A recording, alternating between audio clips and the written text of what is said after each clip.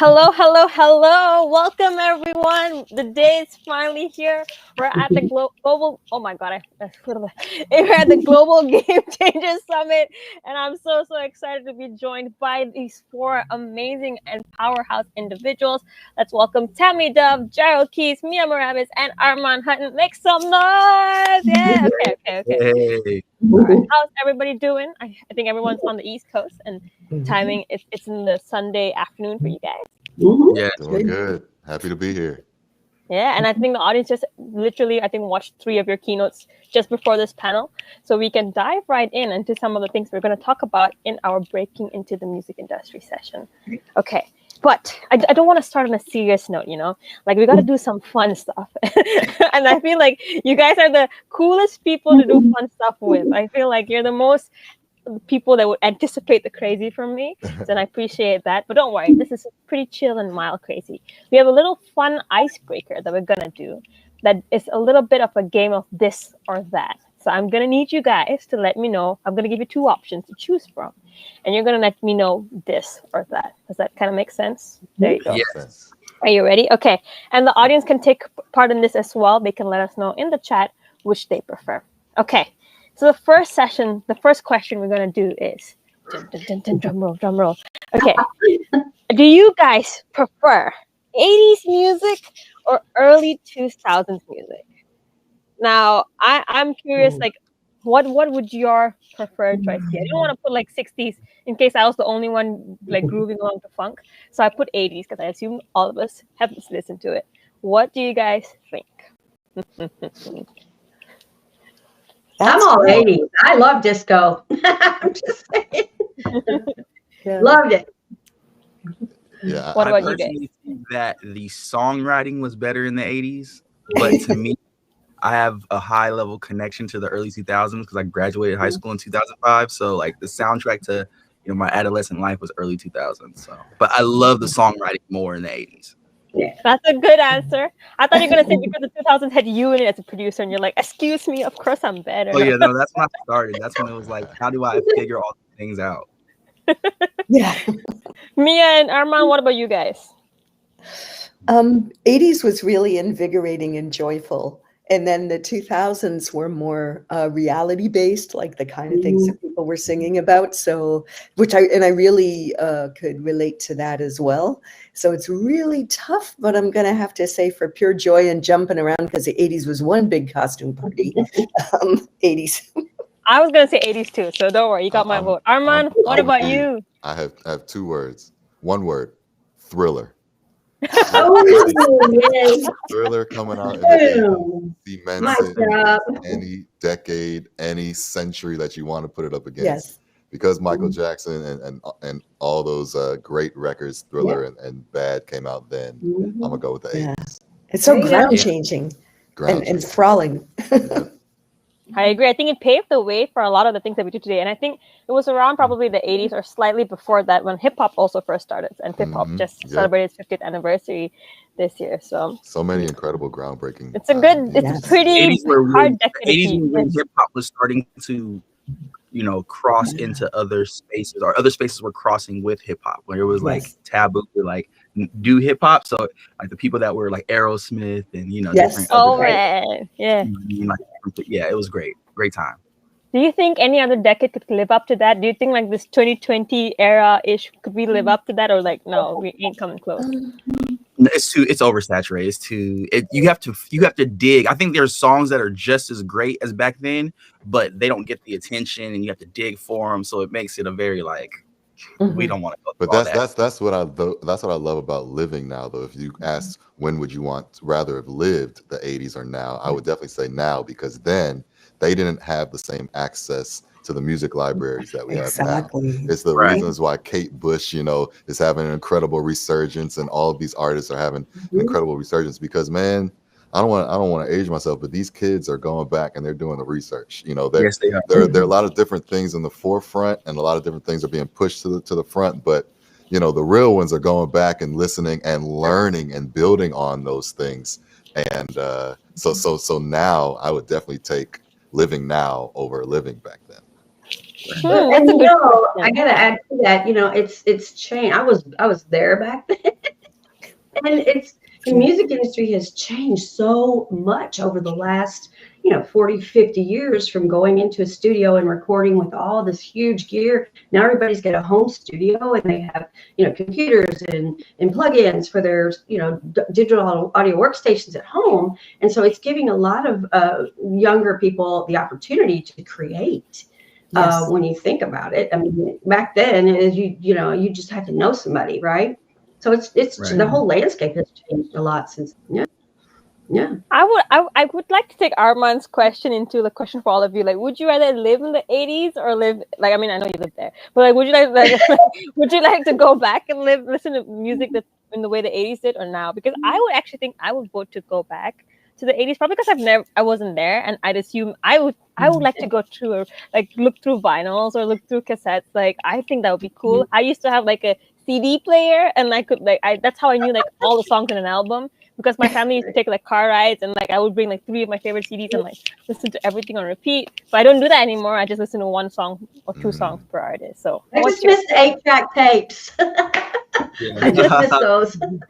There are machines that you can buy now that play LPs, 78s and 45s, and CDs and cassettes and the radio. Yep. Right. Mm-hmm. You can find what you're looking for now. You can have it all. Find what you needed then. Yeah. Right. And there was no Wi-Fi. There was no Wi-Fi. What? Oh, I forgot. Wi-Fi has shrunk the world. We weren't able to do this. We weren't able to do man. this. No. Okay. Exactly. I think Armand changed my vote. I'm sorry. I forgot Wi-Fi wasn't invented. Yeah. No internet. Well, the exhilaration of the 80s and gave me so much hope that now that I'm here, I'm perfectly happy to be here because of how many years ago was that? Right. But because of the exhilaration I felt when I heard music, Thriller included, then, and just really dug in. And I always kind of had, but the 80s, there was just something a little extra special about it. And I'd pop out of my seat and jump around the living room when I heard music. And plus it was the advent of MTV as well. Mm-hmm. And so all of that has brought us forward to where we are now. And it's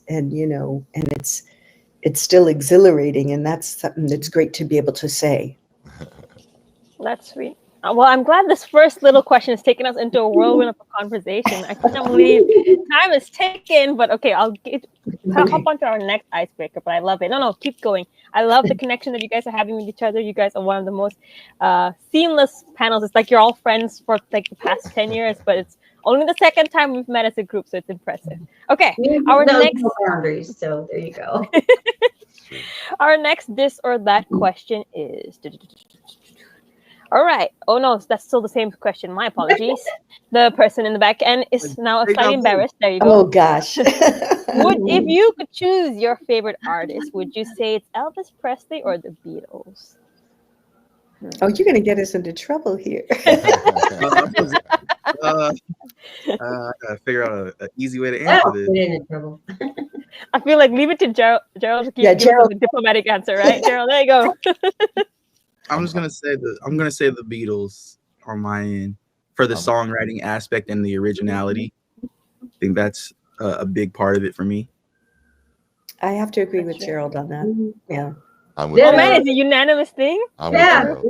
I mean, look at what the Beatles catalog looks like. Hello. I mean, I was never really a huge Elvis fan anyway. I was so young when he died, so I'm like, I didn't really know him. I was more aware of Elvis as a celebrity than an actual artist. Right. Yeah. And of course, my husband, who's a little older than me, he pulls up stuff by Elvis all the time. He's like, "Do you remember this one?" I'm like, "No." But I think just from like Gerald said, from a songwriting standpoint, they have just a huge plethora of songs. I mean, that's a lot of creativity under one group. So yeah, I'm all about the Beatles. People are still chasing the Beatles and John Lennon and everything that they did to this day. Up until I've been to Abbey Road. I've been to Abbey Road in London and like seeing how much the history has impacted like a whole area. You know what I mean? Like what they did and how it's something famous. When you can make a studio famous, RCA. Or if you can make a street famous, like the crosswalk. The crosswalk, The zebra crossing. Yeah.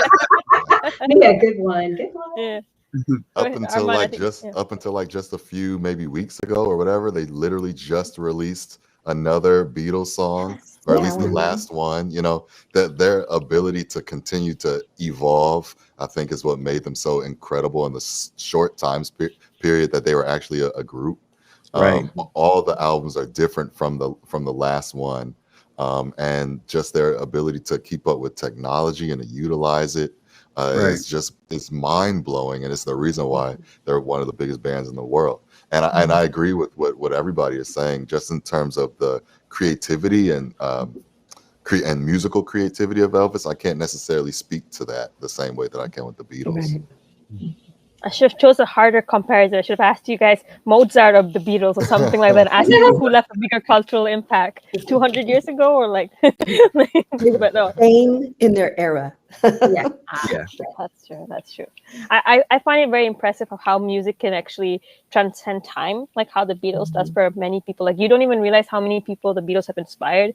That, and a lot of what they have produced is in songs today, just unconsciously, as the new generations of musicians keep listening to their stuff. And it's the same thing with Mozart. Like, a lot of people who never listen to the opera just know certain like melodies from the opera, like Figaro is actually an opera. Like, I found out only like after how many years of mock singing it as a kid to only realize, oh my god, that's an opera. What? That's a real dude. Like, so that's just very, very cool. The power of music, isn't it? Okay, I have one last icebreaker question for you guys. Are you ready? Now, this one is a bit more personal. I think everything was personal. But this next icebreaker question is, if you could choose, would you be an artist? Like, would you rather be an artist or an industry professional? Now, I know all of you are both, but if you had to choose one, what would you choose? That's a good question. Because all of you Now, both had. industry professional. Yeah. Because I work very closely with Ludacris. I see what goes into being a celebrity, and all that you have to do, all that you have to deal with. And for my personality type, I like going home to my family and just like eating and not being bothered. I like being able to go to the grocery store and just get the things I need without worrying about somebody. Hey, yo, keys.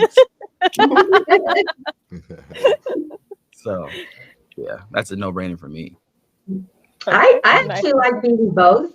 I think I balance both pretty well. I'm with the band here in Atlanta, and I run the ISSA, but I love them both. So I'm kind of torn between, I can't pick. I like doing them both. Okay, I'll take it. Yeah. Mia, Armand, what about you? I know Mia had a full range. I'm the same way. I think that every day it changes for me. One day I'm like, oh man, I'm glad that I'm only going to be doing industry stuff. And then the next day I'm like, man, I can't wait to get on stage. There's really no feeling with like being on stage and singing a song that you wrote or produced and seeing the live response to that. That's so fun. But then again, just like what Keys was saying, sometimes I'd rather just be in the backgrounds and not on stage at all. So it changes every day. And it's hard work. It's not easy, Right. It's very like Keys is right. It's saturated, so you got a lot of hard work. Definitely. Yeah, you got to, if you want to be, pop out, you got to really work hard at it. Yep. Really work hard. Yeah. If I was an artist, I couldn't have this gut. I was, They're artists. That's like the one thing that I'm kind of worried about, like how fit people have to be if you're like in an A-lister. Camera ready. Okay, Mia, let's go, Mia. Don't worry. I just wanted to say that I agree and myriad fronts what everybody's saying, but I will say this: being an industry professional helped me become an artist more. Right. And so I don't begrudge that education at all. And I needed it. I really needed it, because you can jump around in someone's basement doing rock songs, forever, or you can make a record and invite all your friends over on Saturday night, and then after a couple of weeks they're like, yeah, no, we don't want to come over for your party again because they already heard your song a bunch of times. we got other things to do this Saturday. So, it really just helped me evolve into, saying a phrase like being a better artist might sound a little hackneyed, but understanding more of what it takes. And Gerald, what you said about, being famous and being a celebrity, kind of very recently it landed on me, be careful what you wish for. If you're like, I want to be famous and I want everyone to know who I am, because it's a lot. It's a lot. And I say that by observation, and maybe once in a while, someone might come up to me and say, hey, are you Mia Moravis? And you're sitting there and you just put a shrimp in your mouth when you're in a restaurant, and you're like, I'm trying to get here. Always have the worst time when people recognize you. Yeah. So you're like, I wish someone recognized me when I didn't just put food in my mouth. Right. Right. In that restaurant over there. I don't know. They're asking for a selfie. Yeah. Yeah, I agree. So I think, Mia, you were literally in sync with what I was going to ask next. Like, do you think it's important for artists, like especially people who want to break into the music industry, to play both roles? Is it important? Like, does it help for us to work with people better? Does it help you perfect your craft better? And do you think it's important for you to at least know both, even if you're going to just stick to one lane? So I wanted to hear your thoughts on that from each of you. I personally believe it's great to understand what industry professionals do as an artist.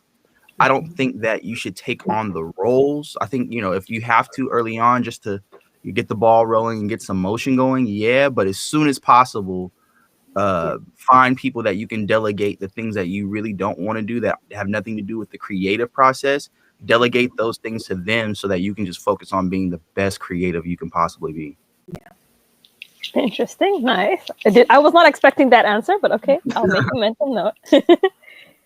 Armand, what about you? You look like you're pondering about something. Yeah, actually, that's the exact same thing that I would say too. If the roles are clearly identified, sometimes one wants to step on the other and could actually hinder the other. And even so, that's one thing that I kind of have to watch out for myself as someone who is an artist. If I am doing the industry thing and I'm dealing with my artists, or I am shooting any other sort of production kind of role, I have to remember that this is not necessarily my project. Now, it may reflect on me, but it's my goal to make sure that the artist's vision is what's coming through, and then vice versa. Sometimes as an artist, I have to trust whatever label I'm dealing with and trust their marketing plan. And I signed with them, so I have to trust them, and of course be aware of the things that are going on. But still, there's a certain level of just letting go and letting people kind of do what they do. So yeah, I'm going to jump on the back of that. Nice. Tamanie, Mia, do you have anything to add to this, if you want? No, I think just starting, people just beginning to get into the music business. This is kind of what we're talking about. They do have to have some type of a skill set in order to, do some of the work that's required to, if they want to be an artist. So just, someone coming out of and going to say, Armand, hey, can you make me famous? There's a lot more components that go into that. And, you hear it all the time. Hey, can you make me famous? No, you first gotta have talent, and then you gotta have the skill set, and then you gotta have the drive, and then you gotta have the people backing you. So I think just having that industry knowledge maybe will help you. Yeah, both sides if you wanted to do that. But yeah, it can be done. Like Armand said, it can be done, and balance is the key. Yes. And tomorrow, as I say, my presentation addresses a lot of that for people as they start out trying to decide what it is they want to do in the creation of whatever they choose to, in the advent of creating whatever they choose to create. And I think that it's really important. I think that it's okay to be voracious for knowledge, because I don't think it's not going to hurt you if you learn about how the industry works and you decide you don't want to do it. It certainly won't hurt you. It's better to know, I figure it's better to know other people's planets. Like I would want to know more about what Gerald and Tamanie and Armand do, so that when I walk in, and I'm in the presence of either them or other people who do what they do with a project that I'm hoping to complete, that I walk in prepared and ready. Like, a lot of people don't understand. I see it sometimes, when I saw it in the 80s, I saw it all the way through. Once in a while, you get an artist who walks in, maybe they play an instrument or they sing, and they don't understand how much studio time costs. Right. And, and that kind of thing.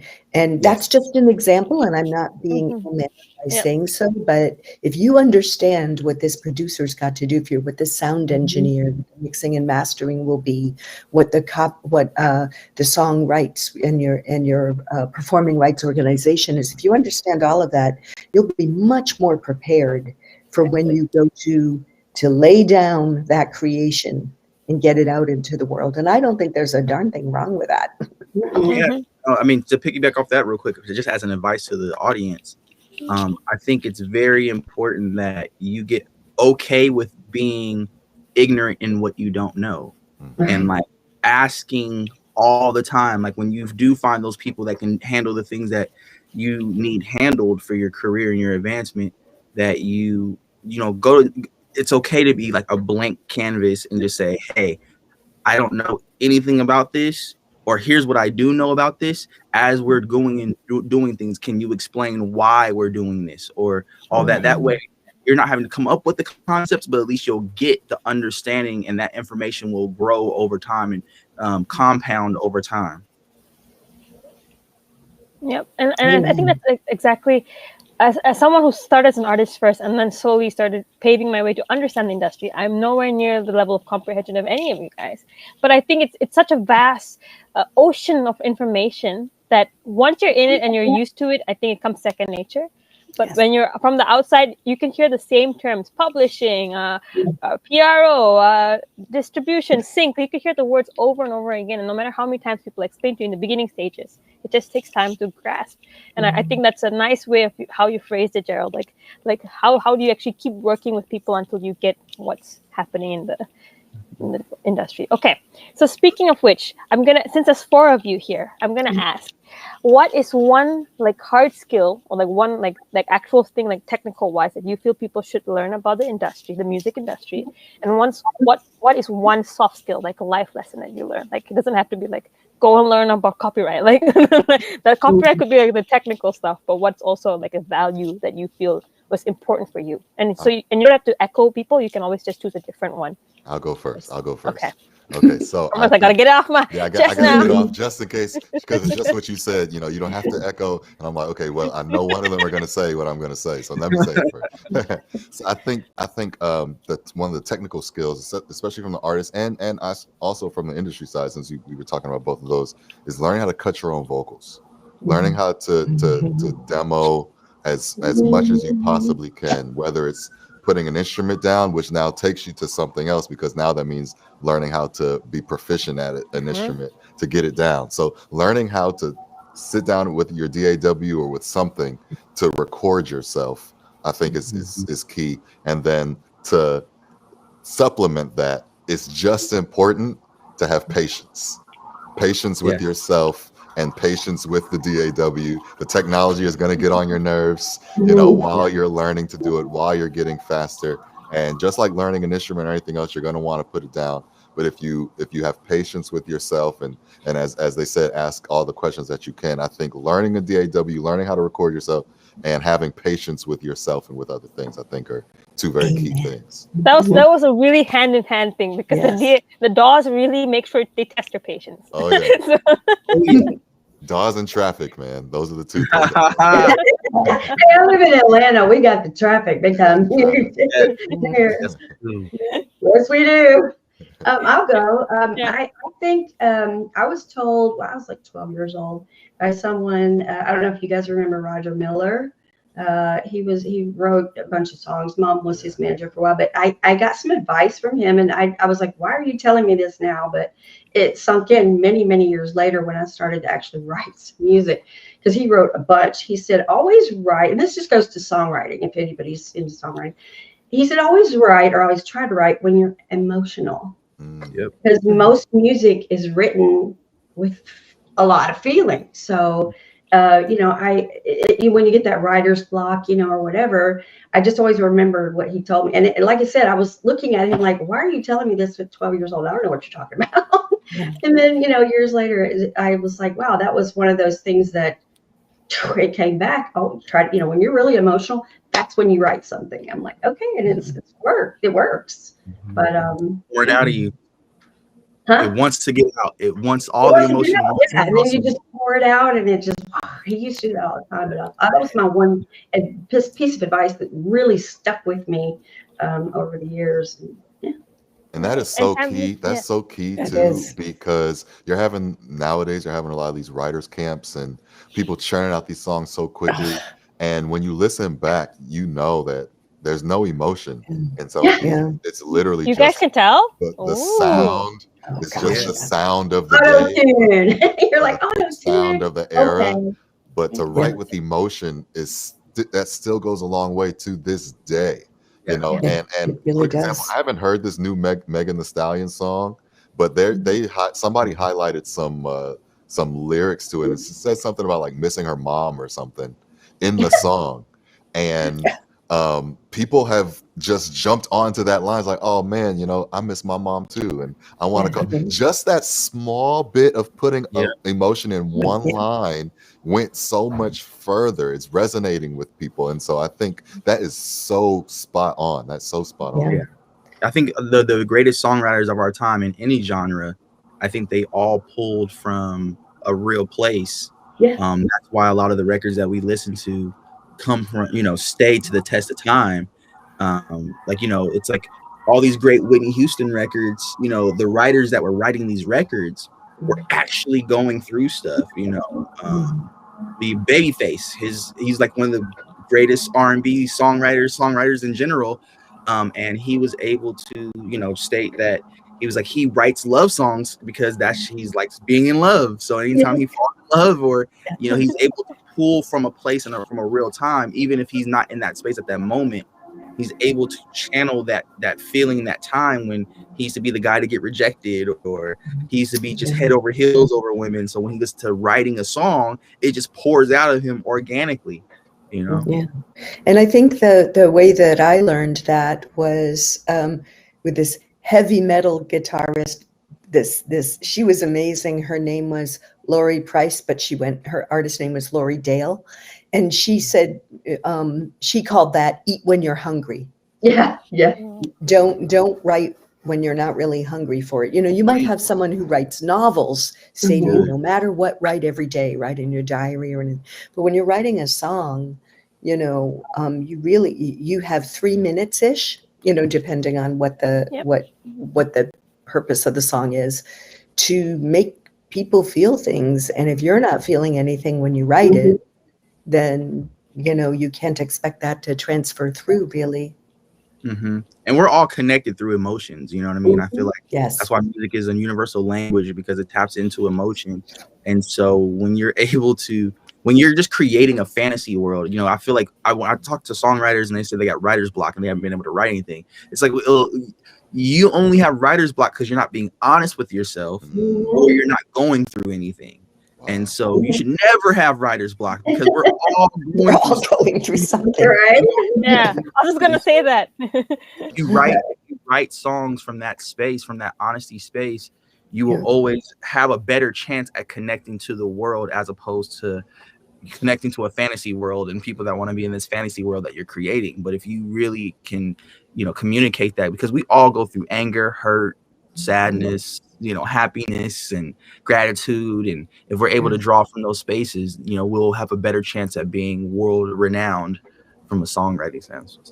I'm sure you all have heard this same line, but we say it a lot in Nashville is, some of the best country songs have been 3 chords and the truth.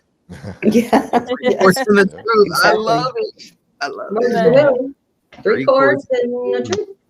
12-bar blues.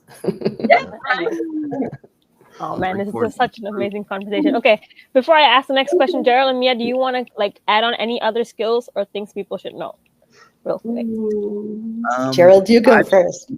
Oh, okay. Well, I just believe in consistency.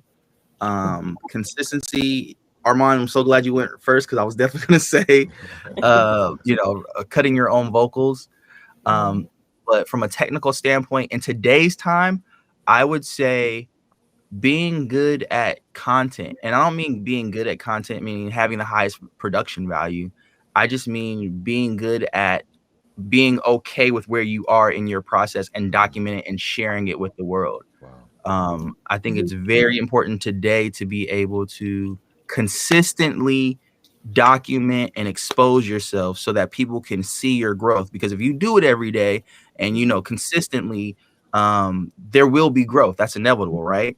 And if people can follow you through that process, you'll have a better chance at building a community, which turns into a fan base, which turns into an audience, and et cetera, et cetera. I think that's the best way to build organically from who you are, as opposed to it being manufactured and marketed and branded and all that kind of stuff. So, content and consistency. Those are the two things I feel like if you want to be successful for it. Yeah. The C one. Yeah. And I would add to that by saying, piggybacking a little bit on what Armand said too, maybe more than a little bit. One of the things that I'm really glad I learned was how to lay down my own vocals and also create and manage and produce really pristine tracks. I learned it in particular dealing with audiobooks and narrating audiobooks at first, but that using a DAW and having that, really hone that, like I hear a snap in my voice, I'm going to get in there and I'm not coming out until I get that out of there. And that was really valuable to me because basically, as I say, working with all of you and what I gave in the previous example was know the planet before I approach you and say, hey, how should I do my project? But the other thing was I always said, well, what I don't know, I'll hire the experts to help me with. And, and I'll always pay them what they ask because I can't do it, Right. But there came a time when I felt, it's really getting to the point where I'm going to feel a little ignorant if I don't know how to do this. And so I became so entrenched in it and so absorbed by it that my sweetheart would come home and I'd be like a troll under a mushroom, the headphones on. And he'd say, you have got to get outside. And I said, I will in a minute, Moth. Once I figure this out, That's everyone with audio. Oh my God, I swear I've done that too many. So I agree with that. I agree. Learning at least one thing, and in this sense, I think vocals all the way around and learning how to use a DAW are great. And as we've all said today, eat when you're hungry. Mm-hmm. Yeah, produce a result. I'll say between what you and Armand said, produce a result. Learn how to produce a result as quick as possible. Yes, that's a great way to put it. That's it. That's the one. Nice. Okay. So I'm gonna switch gears a little bit. I really love the heartfeltness, and I'm enjoying the reflections that you guys have as you're talking to people who are starting out their careers. And I'm gonna dive a little bit now more into your current lives, right? How does a day in your life look like? Like, how is it like to actually work in the industry? And Tamanie, I'm going to ask you a quick question. Yours is going to be a bit different because I want to know, how is it like managing an organization such as the ISSA, which has 16,000 members across the globe? And I know that for a fact, when you did the award show this year, you were awake from like 5 a.m. or like whatever time of day that I texted you, 3 a.m., 11 p.m., you would still reply. So like that's specific to you. How do you manage an organization as big? But for Armand, I'll go Tamanie first then. I put my phone Facebook Messenger on private or turn it off when I go to bed. I hope you go to bed at some point. I actually love being able to put on this award show for our members here in Atlanta. Atlanta's a hub for everybody. Gerald knows everybody. That my mom used to say, when we die and go to heaven, we're going to have to go through the Atlanta airport to get there first. That's real. But having an extra, I guess, level, for them to be seen and to be heard. And it's a joy for me to be able to get everybody together and do that. and elevate them. So, I mean, for me, it's kind of like a buzz, a rush, or whatever. You know, most people get up and want to go work out. I get up and want to work on the ISSA stuff for my friends, my fellow singer-songwriters who need help to get noticed and things like that. So, you know, we're connecting the scouts with them, the labels, the A&R reps. You know, there's some really, really good talent out there that nobody knows about. Mm-hmm. So we're just trying to, you know, for me, I think it's just a daily love task, if that makes any sense. So I love it. Nice. Awesome. Thank you, Tamanie. I appreciate it. And all of us appreciate it from the ISSA, because ISSA started my career as well. It was the first international award that I won that was huge. And that was the first catapult to my career, so I appreciate it. So shout out to Tamanie. Okay. And Gerald, Mia, and Armand, now the tables have turned to you. How does a day in your life work? Are you up at like 3 a.m. to mix songs? Are you having coffee and going for your first like production meeting at 7 a.m.? How does it look like? I don't know who should go first. You guys go first. You guys go first. Okay. We'll start with who wakes up the earliest. Let's go. Well, that's definitely not me, because it for me it really depends. I have a 2-year-old, so I think I wake up pretty. Aww. So for me, it really depends. Every day is something new, it's something different, which is why I like doing what I'm doing. I used to travel a lot and tour a lot with a cappella group, and I mean, like when I say a lot, like 250 days a year we would be gone. So when I would be off the road, I wouldn't want to think about even getting out of the bed, you know. And I still, and even though that was when I was touring heavily, it was about 8 years ago, I still get PTSD if I have to go to the airport or something. I'm like, when am I coming back home? You know. So I try to do as much work at home as I can. If there's something that I'm arranging, if I'm working on an album or somebody else's thing, I'll get up and arrange first thing, eat breakfast first, and then check Instagram and then arrange. And then, or if I'm in the studio all day, sometimes I need to be in the studio and singing for other people's stuff. So I would get up depending on how long that session is going to be, kind of plan my day around that.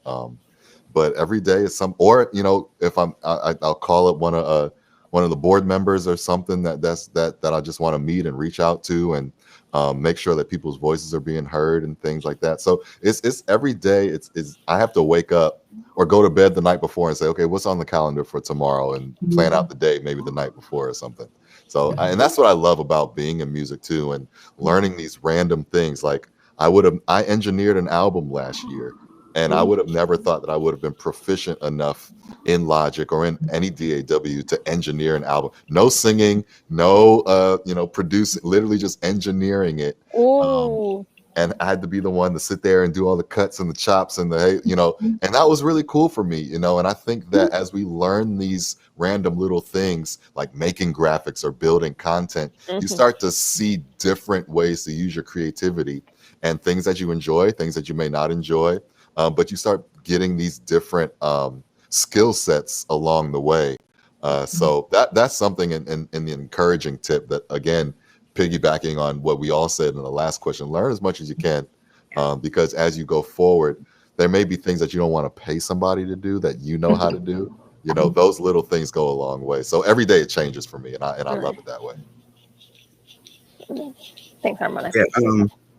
For me, I'm in a very interesting season in 2023 where I accomplished a lot over 2021 and 2022 that I'm still kind of getting accolades and things of that for. And so now as I believe in pivoting every couple of years, especially in this music industry, because it's very dynamic in regards to how you get paid, how the industry, the height of everything. So right now I would say I'm in more of a seeding, growing space as opposed to an execution space, meaning when I was in execution space, it was about getting up, mixing records, making beats, sending beats out, trying to get placements, working closely with Ludacris, helping him with developing this Commerce World LLC and the media company. Now it's more of paying attention and just absorbing a lot of information and also giving back. I believe in right now where I've always been is like creatively, if I'm not doing things that are like bringing things in, I'm always trying to give and pour into the world as much as possible. So what that looks like for me now is I'm chief of arts and music for the Ludacris Foundation. So we pretty much have done, or we're starting to do a lot more thank you, a lot more technology based things for creatives, kind of like in that AI world, trying to help creatives not feel intimidated or feel like they're either demolished by technology, and actually trying to figure out how they can bridge that gap between utilizing the technology for their benefit. And then also I'm just checking out a lot of acts and a lot of different songwriters and a lot of different organizations, because I'm not from Atlanta, I'm from California. And so being here in Atlanta, I try to move around just to see what the climate is now. I'm working on my independent artist now, so I'm putting more energy and focus into that and building that brand. I'm just trying to stay ahead of the curve if you can. You know what I'm saying? It's hard to stay ahead of the curve in the music industry. But luckily I have a lot of people that are doing a lot of major things. And so I just like to go in and listen to what they're talking about, to see where things are going and to see where I can be of service. Because I truly believe that, there's a season for fruit and there's a season for planting. And so when things aren't fruitful, go back into planting. And that's where I'm at now. And what's neat, Gerald, is that so many people here in Atlanta, it's an eclectic. I mean, there's not just hip hop and R&B and jazz, and there's everything here. So, you're wide open. You could really have a blast with all this. Yeah. Right. It's a very intimidating or overwhelming, because there's so many different places to go and people to network with.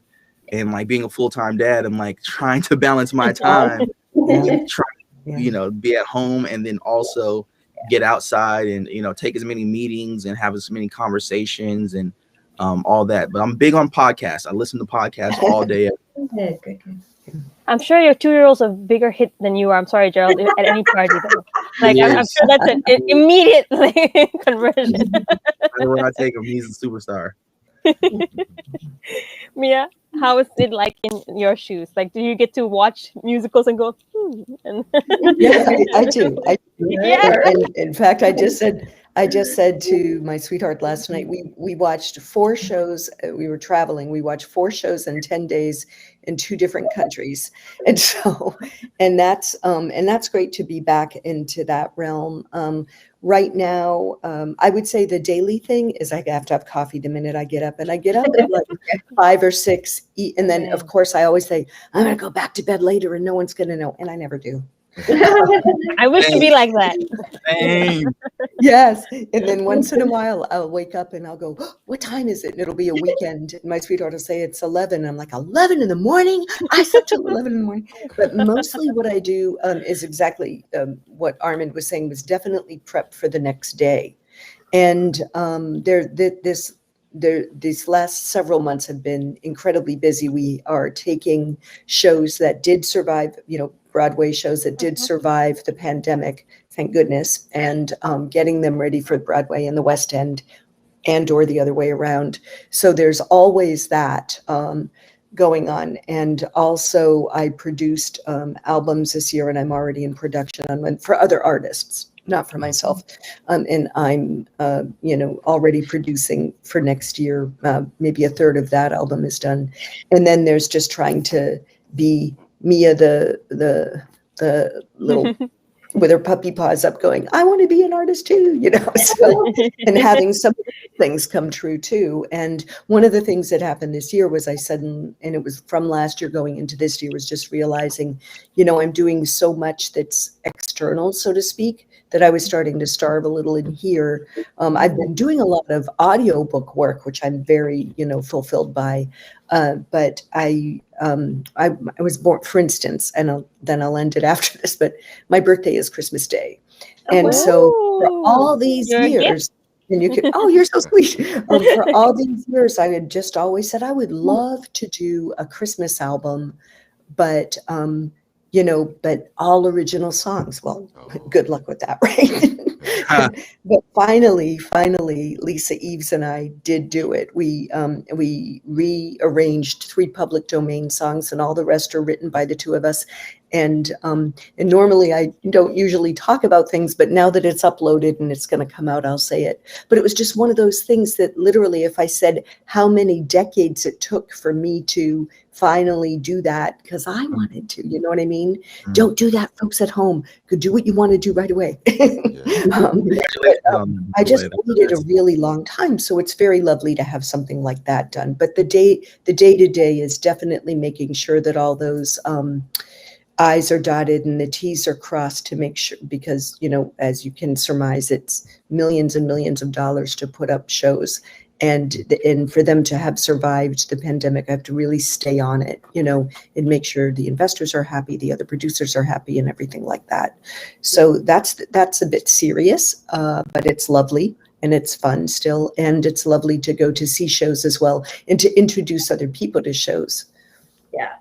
I think Mia said she said a lot there, but there's something that I really want to highlight that she said that is very important. And I congrats and great for you to be able to put out the music that you want to do in your heart, and something that you've always wanted to do. Understand how hard it is to be working at a high professional level and people depending on you, and then still have something in your heart that you want to get out, and the bravery it takes to stand on it and to get it out. And the fact that you said it's uploaded means you've accomplished it, regardless of what it does. Woohoo!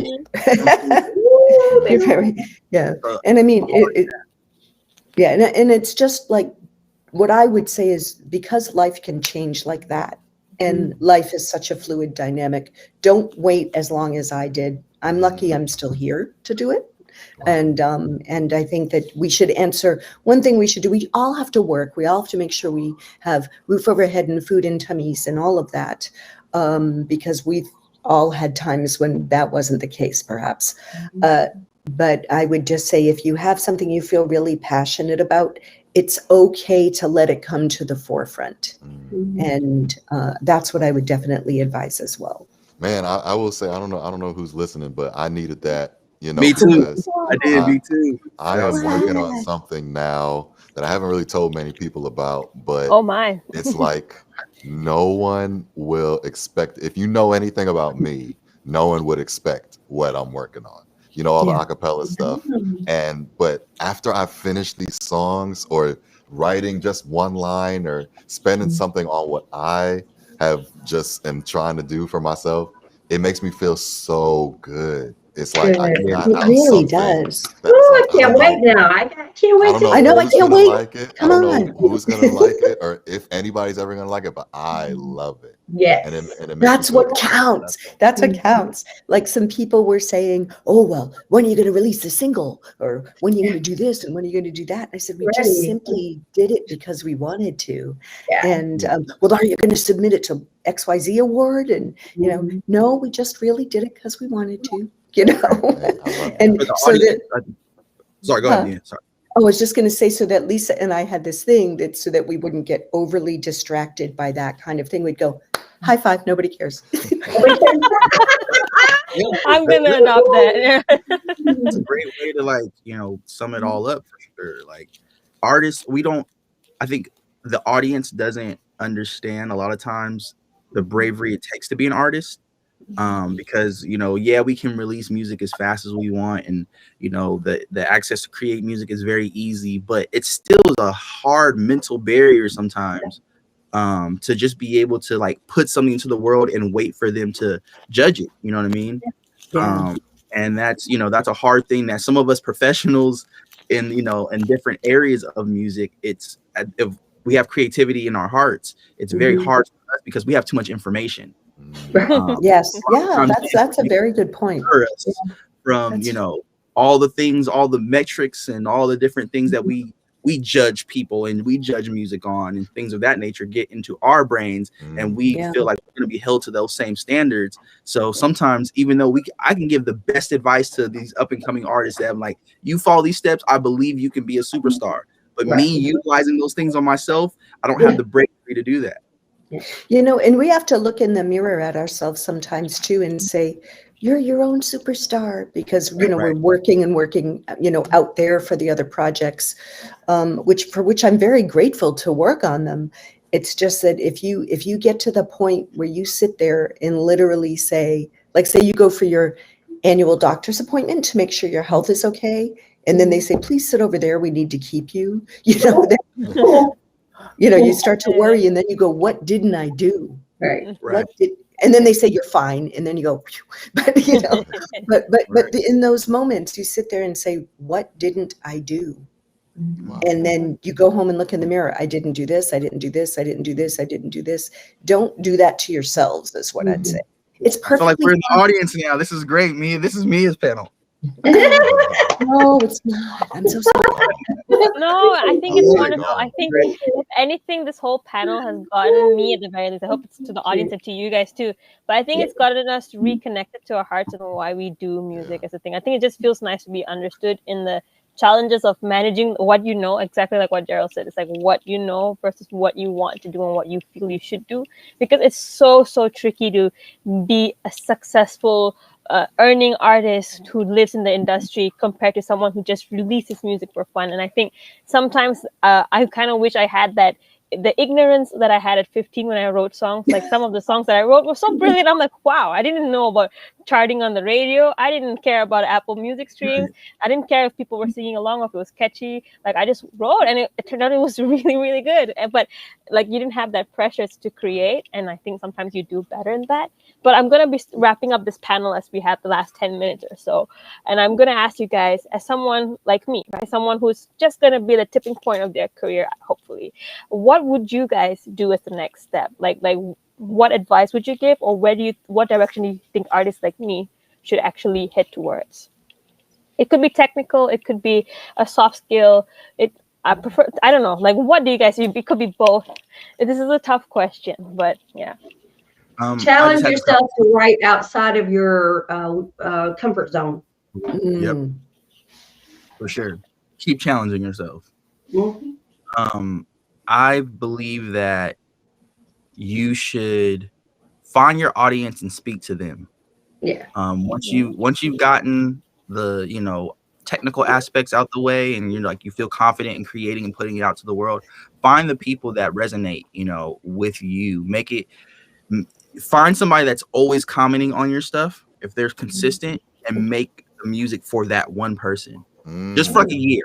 Just make it for that one person that you see is consistently doing something. That way you're like, I'm making it for the person that supports me, and then other people will come in as you expose yourself more. But just to take away all the craziness and the thoughts, just make it for the person that says, hey, I like what you do, please make more of it.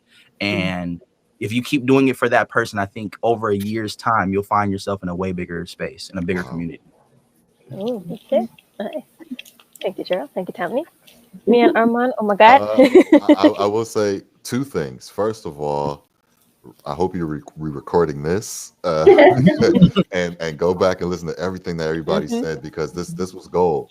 The second thing I would say is, as you evolve as a person, evaluate what sparks joy inside of you, and don't just necessarily know what it is now, but as you grow and evolve, that may grow and change too. Just be able to identify that. Have regular checks with yourself and ask yourself, do I enjoy this? What aspect of this do I enjoy? When I sing like this, do I like that? Or when I sing like that, do I like that? What sparks joy for you as an individual? And because and I think what Keys said too is that one individual who's your fan, who's not going anywhere, who's streaming all your stuff, when you tap, they're your fan because they are your fan. They like you. Yeah. So you need to know who you are and figure out what aspects of yourself is shining through that other people are latching onto. And it's probably the things that is bringing you the most amount of joy. And if they're latching on to things that don't bring you joy, then who are you doing it for? So figure out the things that make you happy, and don't stop there. It's going to grow, it's going to evolve, and continue to just have those check-ins with yourself. Love that, Armand. Love that. Love that. Mia, you're taking it home, I see. With everything that Tamanie and Gerald and Armand said, take everything that they said and keep it right here, and also allow yourself patience. Yes. Allow yourself patience, because if you rush, if you feel rushed and you try to rush all of that through, you're going to miss out on so many little pockets of things that'll come your way, gifts that'll come your way in the patience in that space. Yeah, I think that's beautifully said. I as the more that I've been experiencing this Global Game Changer Summit, I realized that the music industry, although it's a creative one, it's a lot like entrepreneurship. In fact, I would say there's resilience that needs to be built. There's creative ways to find solutions that you need to work for in order to make it. So I think if you're any type of artist, it's equivalent to being an entrepreneur. So like the resilience, the challenges, the 24-hour schedule, the late nights, I think that's something that people don't realize, and I think that it's something that is important. And as much as it's an industry about learning, doing your craft well, it's also about learning values. So it's not like only about being talented, it's about learning how to be a good person, learning how to communicate well, and so much more. So thank you, guys. This has been one of the best panels ever. I'm biased, for obvious reasons. But I really enjoyed this conversation, and I hope that you guys enjoyed this conversation too. As we wrap up, I'm going to ask you guys, who is one person that you would like to thank that shaped your career? As like a happy thank you, since I would like to thank you all for being on this panel. Who's My one mom. person that you feel, oh, your mom? That's Mom. so yeah. Who's one person that you feel that didn't get enough credit in your career or in the work that you do too? So Tammy has answered her mom. Yeah, my parents, same thing. Definitely. My parents allowed me to be free in my creativity as a kid and sparked that. And I was a pretty reserved kid. And the only thing that my dad said is make sure you have not a backup plan, but a side plan that supports your creativity. Now, my mom as a singer, she was like, do your thing. But that was the only in terms of negativity, and I find that to be a true blessing, because that's not everybody's story. So I'm very grateful to my parents for just allowing me to be me. Nice. Mia, do you want to add anything else? I thought all of you were going to be like, oh, my producer, or like my sibling, or like my best friend in high school. You said you want to get deep. This is it. Right. Parents is important. I agree. My mom is literally the first person that I look to whenever, in terms of growth, in terms of career development. So I agree. But to all the people that may not have the parent support, the peers that do support you and that say keep going, you have something. The people that when you don't feel like being creative, keep telling you positive things to uplift your spirit. Celebrate those people as much as possible. Don't forget about those people, as you ascend in this world. Those are the support system before the public acknowledgement is very important. My mentor was Edith Notman, and I still know her to this day. And she was the one who told me it's okay to keep going. Don't quit. Oh, that's sweet. And I think that wraps up our panel. That has been one of the most heartfelt sessions that we've had so far. I hope you all had a wonderful time. I hope our audience had plenty of learnings. I, for one, know that I will definitely be repeating this entire panel recording later so that I could listen and truly soak in all the priceless insights that we've had here today. But once again, I'd like to say a huge thank you to the Global Game Changer Summit for having us, and thank you to our speakers for taking the time, because it truly means the world to us. Thank you, Tamanie, Gerald, Mia, and Armand. We've had such a wonderful time, and I hope you guys continue to learn, grow, connect in this summit. See you guys again. Yes, thank you. Bye-bye.